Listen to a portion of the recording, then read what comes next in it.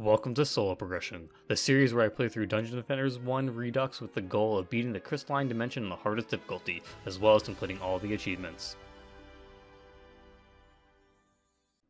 Hey everybody, and welcome back to Solo Progression. In this episode we'll be diving into Nightmare. Before doing that though, I'm going to show you off my stats for each one of my characters. You can see basically where I'm starting at before going to Nightmare. And then once we get to Nightmare, I'll show my stats at the end of the video today, after we get into Nightmare and get some new gear. But before we do Nightmare mode, I want to hit up some of the challenges on Insane Hardcore. These are for the achievements. So the first one we're going to do is No Towers Allowed.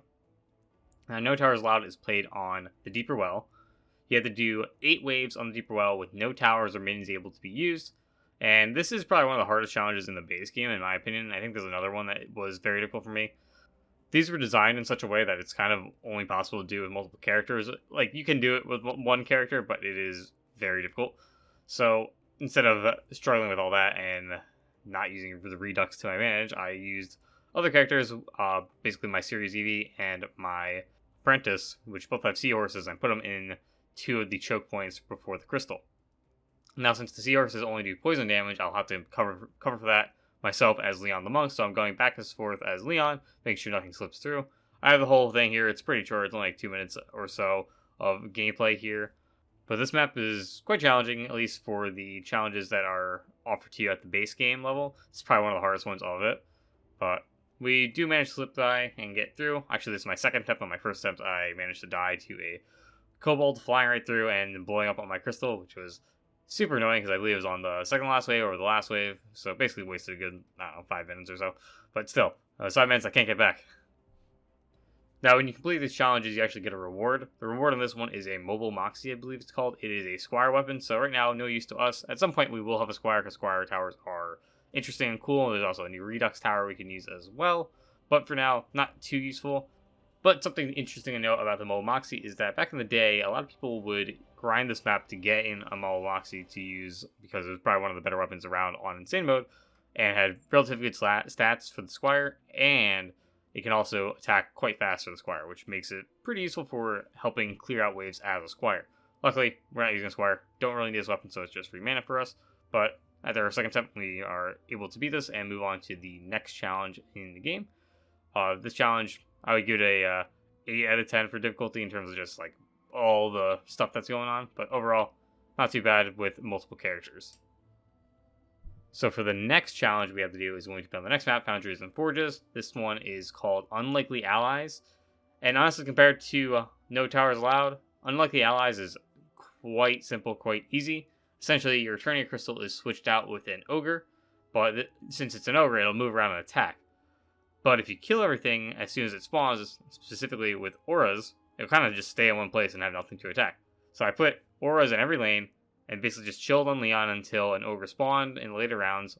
And once the Ogre died, I just pretty much waited till the round was over. And each wave sort of just went like that. It's pretty simple, pretty easy. The gear I've gotten through the Lost Eternia Shards DLC, plus survival mode on those maps, has really helped for this. I have quite high stats going into this, so none of these challenges are going to be any difficult. But they're rather boring, so I'm going to switch over to what you've kind of all been waiting for, and that'll be Nightmare mode. Now, getting into Nightmare mode is quite a hurdle, especially if you don't have a good idea of what to do. The general guidelines, you want to be level 74 so you have mythical equipment, because that mythical equipment is just straight up better than any godly piece you'll be getting, for the most part. But for the first map, I decided we'll be doing Magus Quarters, and let's talk about what Nightmare mode is. So Nightmare mode was released alongside the Lost Eternia Shards DLCs, so what you'll see on Nightmare mode is that you'll see every single new Lost Eternia Shards DLC enemy. That means you have to count for spiders now, djinns now, sharkins, and goblin copters on every map that you play. There are some exceptions though, so you won't see goblin copters on maps that do not spawn wyverns. Another thing to note is that your heroes will do a lot less damage, they have more HP, but less resistances, and their projectile speed is much slower. To counteract this, your familiars will do more damage, and your defenses also do more. The minions from the summoner get the biggest boost from all this. I doubt triple the amount of damage that they're doing normally will be done, which is super helpful for making the summer pretty much a necessity on Nightmare mode, just because that extra MU is super useful to take care of, and you're just doing triple the damage on all your minions. Like, it's kind of a no-brainer. Your traps and auras lose out on some health, but gain some damage instead, Their potency for like the Ensnare Aura and Strength Drain Aura does not actually get a buff, but the Electric Aura does gain some damage, but the health overall is lowered. Now, going back to the enemies that can spawn, we have a lot more Ogres that will spawn, and will likely be the reason you lose in these harder levels. Now, Ogres also have immunities now, like the other enemies. And you'll also notice that even more Ogres spawn than normal. Especially if you're playing on Sprout mode and get to the later rounds, you'll be seeing upwards to like 40, 50 Ogres in a single wave, which is absurd, because you need to be able to kill those, otherwise you're going to lose. And this becomes even more difficult too, because you have to account for the spiders, which is another big deal because they can lead to you being overrun by the spiders because they attack your defenses, and then once your defenses are attacking slower or just getting hurt, the ogres come in and just kill your defenses, kill your crystal, you lose. Now I would say that covers most of Nightmare mode, but in Magus Quarters it goes by pretty simply. On the first wave I use some beams to buy myself some extra time to place down defenses, and I want to use buff beams in each lane, and where the wyvern spawn, because I want to make sure the goblin copters are dealt with before they get to the main area where all my defenses are. And since you see that we've beat Magus Quarters now on Nightmare mode, we'll be switching to a survival mode on this map just so we can get better drops, get some pets. Actually, the pets aren't too useful anyway, but the draft might be useful. But most importantly, we're going to be able to get a ton of mythical gear, which is going to not only increase our stats on all of our characters across the board, it's also going to give us a lot of mana to upgrade all the new armor we get, or the new weapons even, that could be dropping on the ground. That it will just be straight up better than everything we've gotten on Insane mode, and we're going to see our stat jumps between anywhere of like 300 plus in each stat to around 500 stat levels in a single stat, which is sort of insane. So I'll talk a bit more about my setup here on Magus Quarters Nightmare Hardcore. The setup similar was to the campaign if you were watching in the background, but instead I was making sure to get up all my defenses up by round 3. I did this by using a genie and getting a bit of extra mana. The trick you can do with the genie that I've learned over the years is that you collect up a full thing of mana, drop your mana, and then you go gain another ton of mana on the first couple waves. Your mana won't despawn unless more mana spawns, and there's just not enough mana that'll spawn on wave 1. So you're just able to get essentially double your mana pool by doing this, and for sure have enough to place down everything that you need for the map. It also kind of goes without saying that the infinite build time on Nightmare Survival mode makes it probably easier than just doing it on regular campaign maps, because you don't have this time crunch to worry about getting all your defenses up and make sure you can play as that character. You can just get everything prepared exactly how you want it and make sure you're there to survive for the long haul. Now for each lane, I believe I use fireball towers on each lane, use a buff beam, some aura stacks, as well as making sure there is a mage, an archer, and spider-man on each wave. I think some waves don't have it, but the other lanes have for the goblin copters, also have a buff beam, a reflect beam, a fireball tower, and then some archers as well. The archers are really useful because they'll kind of like always hit the goblin copters, but on those, the fireball towers will kind of like drift off and not hit them sometimes.